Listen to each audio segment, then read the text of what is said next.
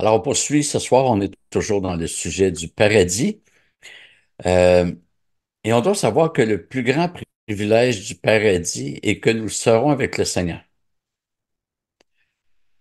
Notre résurrection, nous serons déjà en sa présence, même si on n'aura pas nos corps glorifiés. On voit ça dans Luc 23, 43. Jésus qui dit, mon gracié, aujourd'hui dans le paradis. Euh, et cette promesse a suffi au larron. Il n'y avait pas besoin d'autres promesses. Paul a écrit, je suis ôté, j'ai le désir de m'en aller et d'être avec Christ, ce qui est de beaucoup le meilleur. Donc, il savait qu'en s'en allant, il allait être avec Jésus-Christ directement. Donc, le paradis, c'est la maison qui nous attend. Dans Luc, Jésus utilise le mot paradis. Un chrétien peut être propriétaire. Bon, hein, on parle de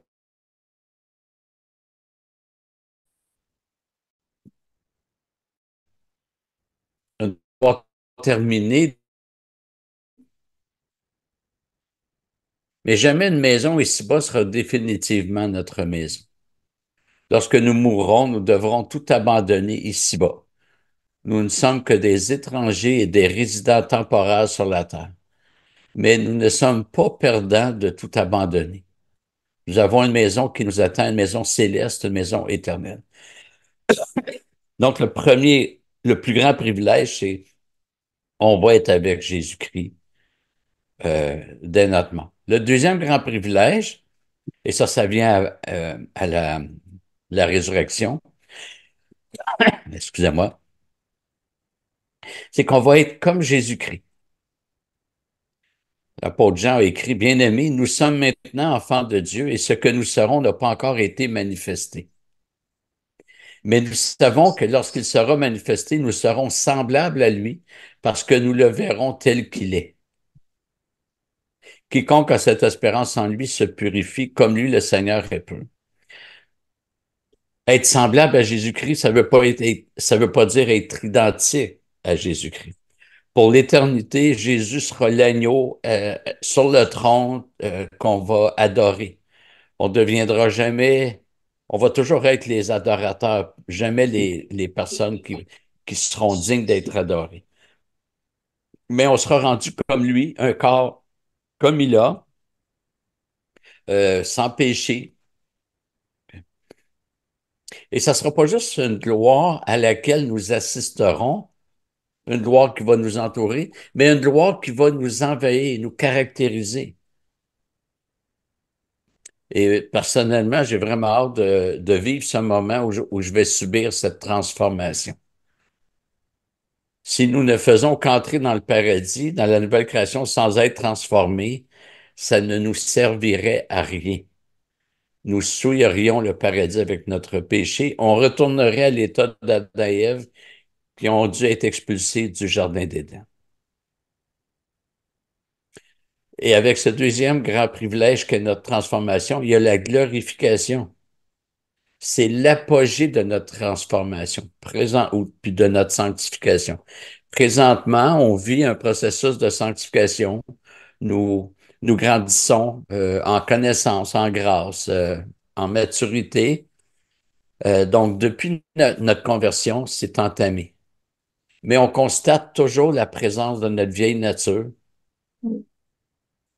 Martin Luther a dit ceci.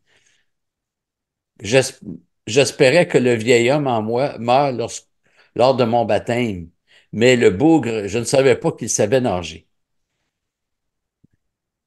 Euh, on a encore notre nature pécheresse. Et ce n'est qu'à notre glorification que nous serons devenus conformes à Jésus-Christ, corps et âme. Mais dès notre mort, nous serons débarrassés de notre péché dans notre âme. L'Épître aux Hébreux a écrit un très beau texte. Il dit, mais au contraire, vous vous êtes approchés de la montagne de Sion et de la cité du Dieu vivant, la Jérusalem céleste, des myriades d'anges, de la réunion. et de l'assemblée des premiers-nés inscrits dans les cieux, de Dieu juge de tous, des esprits des justes parvenus à la perfection. On est assez certain qu'il parle des croyants de tous les temps qui sont décédés, de Jésus, médiateur de nouvelle alliance et du sang de l'aspersion qui parle mieux que celui d'Abel. Mais en même temps qu'on va être dans notre état intermédiaire, notre corps sera en train de subir les ravages du péché par sa décomposition. Mais peut-être que qu'on trouve ça horrifiant, mais en fait, ça fait partie de la bonne nouvelle. Dieu ne nous garde pas éternellement dans notre condition de péché. Et notre vieux corps, là, on va s'en ennuyer autant qu'on s'ennuie des ongles qu'on a coupés dans notre vie. On s'en ennuiera pas. On va se dire, c'est un corps qui nous... on n'en on n'en voudra pas. On s'ennuiera pas de ce corps. Et quand le Seigneur nous ressuscitera, il le fera en unissant notre âme à notre corps, mais notre corps, cette fois glorifié, exempt de toute trace du péché. Plus aucune trace du péché en moi, plus de doute, plus de deuil, plus de maladie, plus de méfiance, plus d'inquiétude, plus d'amertume, plus d'anxiété, plus rien comme ça. Le repos, qui n'est pas synonyme de l'inaction, mais le repos absolu. Tout mon être sera immaculé. Notre résurrection signifie une vie sans péché en nous.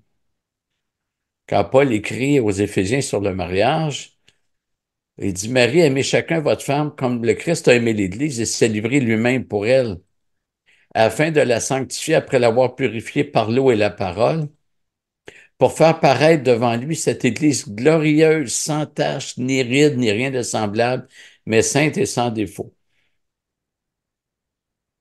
Je ne sais pas si la description de sans tache ni ride, semblable, sainte et sans défaut, ça vous rappelle quelque chose, mais grosso modo, c'est euh, les critères qui étaient demandés pour l'agneau pascal. Un agneau sans tache, sans aucun défaut. Puis ça préfigurait le fait que Jésus-Christ, le Messie, allait être sans défaut. Et là, on apprend dans Éphésiens 5 que c'est l'Église va être rendue comme ça. Un moment très fort qui nous attend, ce sont les noces de l'agneau. Présentement, on était fiancés, que Paul dit. Il dit, je vous ai fiancés. Et c'est avec l'Église que l'agneau va se marier. Dans Apocalypse 19, et j'entendis comme la voix d'une foule nombreuse, comme la voix de grandes eaux, et comme la voix de fort tonnerre, disant, Alléluia, car le Seigneur Dieu, le Tout-Puissant, a établi son règne. Et réjouissons-nous, soyons dans l'allégresse et donnons-lui gloire, car les noces de l'agneau sont venues, et son épouse s'est préparée. Il lui a été donné de se vêtir de fin lin, éclatant et pur. Le fin lin, ce sont les œuvres justes des saints. Alors, c'est un bel avenir, très bel avenir, puis un avenir éternel qui attend tous les chrétiens. On va maintenant regarder la question des récompenses. La question m'avait été posée par l'un de vous au début de cette étude. On sait que le jugement dernier vise à établir définitivement la justice de Dieu. Définitivement, au sens où présentement, le péché n'est pas puni euh, à son juste mérite. Euh, Dieu applique son jugement présentement. Il l'a fait lors du déluge, par exemple. Mais tous ces petits jugements-là ne sont que des coups de semonce avant le jugement dernier. L'humanité qui a été condamnée par le déluge méritait bien plus qu'une simple noyade. Comme tous les hommes, elle méritait la condamnation éternelle. D'ailleurs, les humains sont... euh, l'humanité est morte par le déluge et Noé a fini aussi par mourir, bien que ce fût des années plus tard. Mais les hommes qui sont morts au déluge, puis Noé qui est mort au point de vue humain, les deux entités sont mortes. Mais le déluge avait été envoyé comme avertissement du jugement final. On voit ça dans Matthieu 24. Comme au jour de Noé, ainsi en sera-t-il à l'avènement du Fils de l'homme. Car dans les jours qui précédèrent le déluge, les hommes mangeaient et buvaient, se mariaient et mariaient leurs enfants, jusqu'au jour où Noé entra dans l'arche. Excusez. Et ils ne se doutèrent de rien jusqu'à ce que le déluge vienne et les emporte tous. Il en sera de même à l'avènement du Fils de l'homme. Donc, c'est au jugement dernier que la justice de Dieu sera totalement établie. Et présentement, le Seigneur est patient et le temps n'est pas venu de rendre à chacun selon ses œuvres. Et on avait vu qu'il y a des degrés de châtiment chez les réprouvés. Certains seront traités plus sévèrement que d'autres, donc juste un petit rappel. Et je vous avais proposé que les degrés de châtiment ne sont peut-être pas tant déterminés en fonction de la gravité du péché, mais plutôt en fonction de l'intensité de la lumière reçue. Jésus a dit, malheur à toi, Chorazin, malheur à toi, Bethsaïda. Ça, c'est deux villes de la Palestine. Car si les miracles faits au milieu de vous avaient été faits à Tyr et Sidon, deux villes de l'extérieur de la Palestine, donc deux villes païennes, il y a longtemps qu'elles se seraient repenties avec le sac et la cendre. C'est pourquoi je vous le dis, au jour du jugement, Tyr et Sidon seront traités moins rigoureusement que vous. Donc, euh, Tyr et Sidon, c'était des païens. Il y avait possiblement des péchés plus graves que ce qui se faisait en Israël. Mais Jésus dit cela, que ces villes seront traitées moins rigoureusement que Bethsaïda et j'oublie l'autre, là, Chorazin. Donc, et la raison, c'est que Chorazin et Bethsaïda ont vu des miracles. Les miracles qui attestaient de la messianité du Christ. Donc, c'est pas en lien avec la gravité des péchés, mais avec la révélation reçue. Et il y a une forme de symétrie pour les élus. Autrement dit, il y a des degrés de châtiment. Il y a aussi des degrés dans les récompenses. La parole ne développe pas beaucoup sur les récompenses, mais voici quand même ce qu'on peut voir. Premièrement, c'est relié aux actes. Or, si quelqu'un bâtit sur ce fondement avec de l'or, de l'argent, des pierres précieuses, du bois, du foin, du chaume, l'œuvre de chacun sera manifestée. Dans le contexte, il parle des ouvriers, mais le principe peut s'étendre à tous les chrétiens. Car le jour la fera connaître parce qu'elle se révélera dans le feu, et le feu éprouvera de quelle nature est l'œuvre de chacun.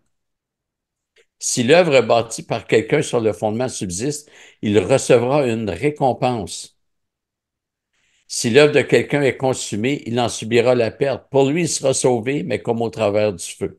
C'est-à-dire, le feu va consumer ses actions parce qu'elles ne sont pas faites de bons matériaux, mais la personne va être sauvée. Il n'y a pas de perte du salut ici. Donc, Paul établit clairement une distinction entre le salut et les récompenses. Un autre texte de Corinthiens 5:10, car il nous faut tous comparaître devant le tribunal du Christ afin qu'il soit rendu à chacun d'après ce qu'il aura fait dans son corps, soit en bien, soit en mal.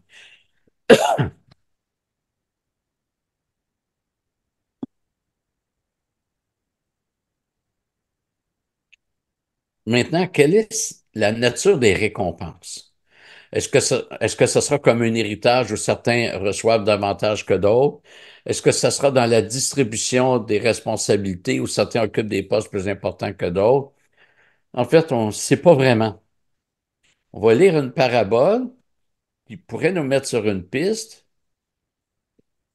Dans Luc 19, Jésus dit donc, un homme de haute naissance s'en alla dans un pays lointain pour recevoir la royauté et revenir ensuite. Il appela 10 de ses serviteurs, leur donna 10 mines et leur dit, faites-les valoir jusqu'à ce que je revienne. Mais ses concitoyens le haïssaient et ils envoyèrent une embuscade après lui pour dire, nous ne voulons pas que celui-là règne sur nous. Lorsqu'il fut de retour, après avoir reçu la royauté, il fit appeler auprès de lui les serviteurs auxquels il avait donné l'argent, afin de connaître comment chacun l'avait fait valoir. Le premier vint et dit, Seigneur, ta mine a rapporté 10 mines. Il lui dit, c'est bien, bon serviteur, parce que tu as été fidèle en peu de choses, reçois le gouvernement de 10 villes. Le second vint et dit, Seigneur, ta mine a produit 5 mines. Il lui dit, toi aussi, sois établi sur 5 villes. Un autre vint et dit, Seigneur, voici ta mine que j'ai gardée dans un linge, car j'avais peur de toi parce que tu es un homme sévère, tu prends ce que tu n'as pas déposé et tu moissonnes ce que tu n'as pas semé. Il lui dit, je te jugerai sur tes paroles, mauvais serviteur. Tu savais que je suis un homme sévère, que je prends ce que je n'ai pas déposé et moissonne ce que je n'ai pas semé. Pourquoi donc n'as-tu pas placé mon argent dans une banque et à mon retour, je l'aurais retiré avec un intérêt? Puis il dit à ceux qui étaient là, ôtez-lui la mine et donnez-la à celui qui a les 10 mines. Ils lui dirent, Seigneur, il a 10 mines. Alors, quelques éléments de cette parabole. Tous les serviteurs ont reçu un montant à faire fructifier. Une mine, c'était une valeur monétaire. Et la récompense remise à chacun, c'est la gouvernance sur un nombre de villes proportionnel au rendement. Alors, juste relire deux versets pour voir. Le premier 20, il dit, Seigneur, ta mine a rapporté 10 mines. Il lui dit, c'est bien, bon serviteur, parce que tu as été fidèle en peu de choses, reçois le gouvernement de 10 villes. Donc, il y a une proportionnalité entre le fruit et ce qui est remis comme récompense. Le problème, c'est que comme c'est une parabole, on n'est on n'est pas certain si on doit prendre ça littéralement. Euh, Personnellement, j'ai tendance à penser que il y aura des responsabilités différentes dans la nouvelle création, que Dieu va les distribuer différemment. C'est le même principe qu'on connaît présentement avec les dons. Ceci dit, ce qui est certain, c'est que personne ne sera déçu. Personne ne va envier son prochain pour ses récompenses.